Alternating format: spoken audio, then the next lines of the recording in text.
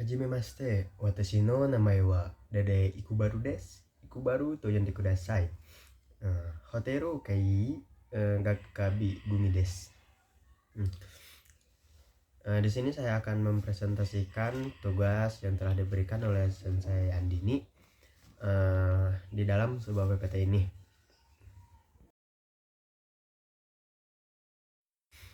Yang pertama ada reading comprehension. Poin pertamanya A, itu ada di ten-in atau pelayanan. Nah, di sini ada irasaimasu atau sebagai pelayan. Yang poin B-nya ada di okeakusama sebagai pelanggan. Nah, dia menyebutkan sumimasen kono jaketo wa ikura desu ka. Kemudian si pelayannya menjawab kochira wa rokusen hakkyoku de gozaimasu. Selanjutnya poin B ada di kyokudama atau pelanggan. Di sini dia berkata emu seiju wa gozaimasu ka. Kemudian si pelayan menjawab hai gozaimasu. Selanjutnya poin B itu di okeakusama, masih di pelayan. Dia menjawab shinchaku shitemo yoroshi desu ka. Kemudian pelayan menjawab mochira de gozaimasu. Nah, jadi artinya teman-teman, si pelanggan itu menanyakan harga jaket tersebut kepada si pelayan. Dia menanyakan kayak gini, artinya berapa harga jaket tersebut. Dalam bahasa Jepang yaitu jaketono neden wa rokusen hepyaku en desu. Kemudian nanyain ukuran apa yang diminta oleh pelanggan, yaitu ada oyakusama go motomete seiju wa emu seiju desu. Selanjutnya ada apa arti ungkapan, artinya yaitu soal yang memerintah bahwa sebutkan dua ungkapan kaigo yang terdapat pada dialog tersebut. Nah, di dialog tersebut kedua ungkapan kaigo ada di degozaimasu sama yoroshi desu ka. Selanjutnya kita akan melanjutkan ke poin besar nomor 2, yaitu restoran 80s. Ada poin A, yaitu memberikan tips setelah makan. Sukuji no otochippu o watashimasu. Selanjutnya yang B, berbicara dengan suara keras di restoran. Restoran de o kikoe de arashimasu. Yang C, yaitu mengungkapkan gochi shou sama deshita setelah makan. Contohnya Sokuji no atau gochi shou sama deshita to iimasu. Poin D ada menggunakan telepon dengan suara keras di restoran. Restoran de o kikoe de denwa o sukaimasu. Pertanyaan yang menunjukkan etika yang benar di restoran Jepang yaitu mengucapkan gochi shou sama deshita sebagai apresiasi dan rasa terima kasih kepada pihak restoran. Nah, jadi setelah kita sebagai tamu makan di restoran Jepang harus mengucapkan gochi shou sama deshita. Hal ini menunjukkan kita memberikan rasa terima kasih kepada pihak restoran. Selanjutnya kita lanjut ke poin 3, yaitu true or false. Yang poin A-nya ada slumping noodles dianggap tidak sopan di Jepang. Nah, di sini kita akan membahas yang sopan dan tidak sopannya ya. Nah, Nihon de men o susurut kata wa shiturei de to omowarete imasu. Yang poin A-nya adalah memberikan tip merupakan budaya umum di Jepang. Contohnya Nihonde Chippon o Watasu Katawa Ipen Tekina Bunka des. Poin C-nya ada di pelayan restoran atau hotel harus menggunakan kaigo kepada tamu. Ini sebagai true. Contohnya restoran ya Hoteru no Ten-in wa Okyakusoma ni kaigo o Sukawana karete narimasen. Selanjutnya ada di poin D. Pelanggan boleh memotong antrean atau vice. Bahasa Jepangnya ada di Okyakusama wa restu ni warikon demo ides. Poin E ada di kebersihan merupakan bagian penting dari konsep omotenashi. Berarti true. Bahasa Jepangnya adalah seiketsu sa wa omotenashi no kage e natte no taisetsu na buhun desu. Selanjutnya kita lanjut ke poin keempat, yaitu sentence contribution.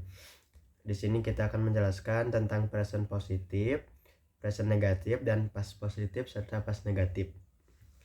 Poin pertama ada di present positif, yaitu ada di watashi wa furuntode kagi o maraimasu. Ini artinya ada saya menerima kunci di resepsionis.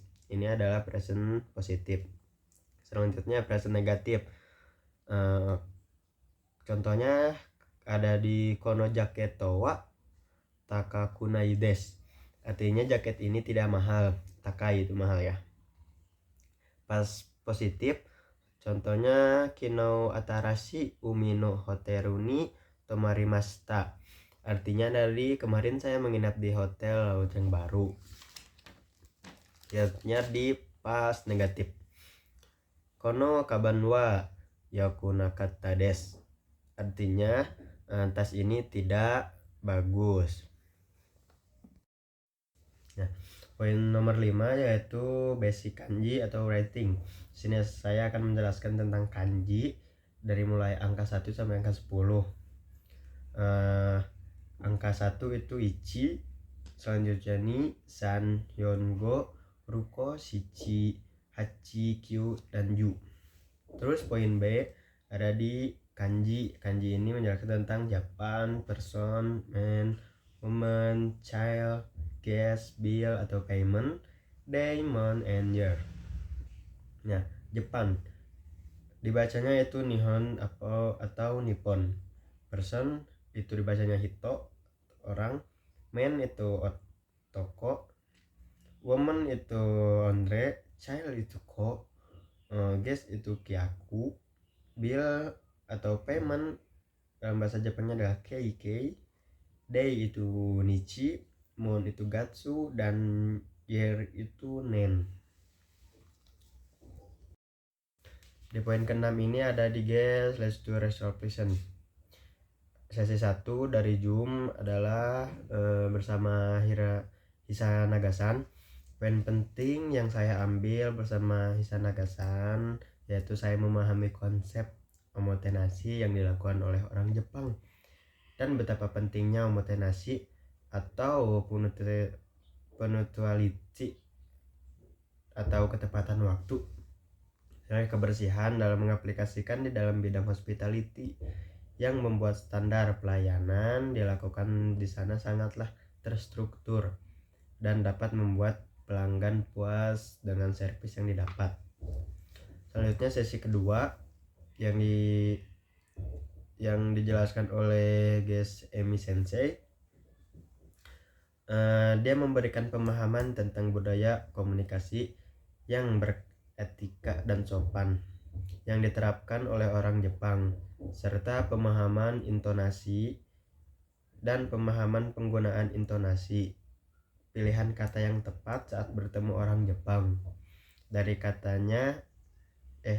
keduanya sangat berguna ketika kita menggunakan dalam bidang hospitality, sebagaimana cara berkomunikasi dengan mereka atau pelayanan yang kita berikan itu akan membuat mereka merasa dihormati.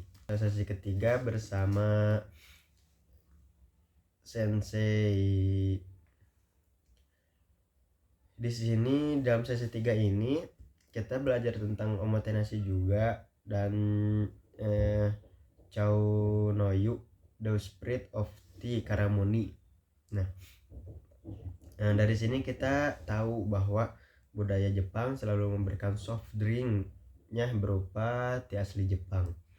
Dan siapa yang pertama mengajarinya?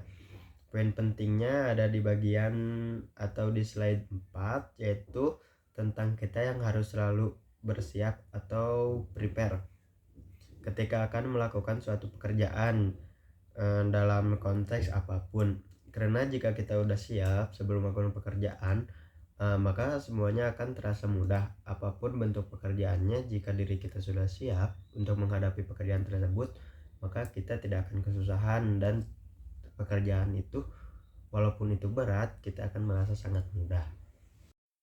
Poin terakhir adalah di reflection, kesan dan pesan untuk Sensei Andini. Saya begitu senang belajar bahasa Jepang karena saya juga sebelumnya ingin bekerja ke Jepang, tetapi dengan adanya pembelajaran Zoom ini, jadi kita agak sedikit kesusahan dalam pembelajaran. Apalagi kan bahasa Jepang itu adalah bahasa ketiga tersusah di dunia kan, jadi kita harus benar-benar instan dalam belajarnya. Sensei juga selalu memberikan yang terbaik, selalu memberikan pertemuan-pertemuan setiap malam untuk kita selalu tetap belajar. Ya meskipun ada beberapa orang yang masuk atau enggak masuknya, tapi terima kasih juga buat Sensei selalu mengusahakan yang terbaik buat kita semua dan teman-teman juga. Saya berharap semoga selanjutnya kita bisa melakukan pembelajaran dengan cara tatap muka langsung di ruangan kelas.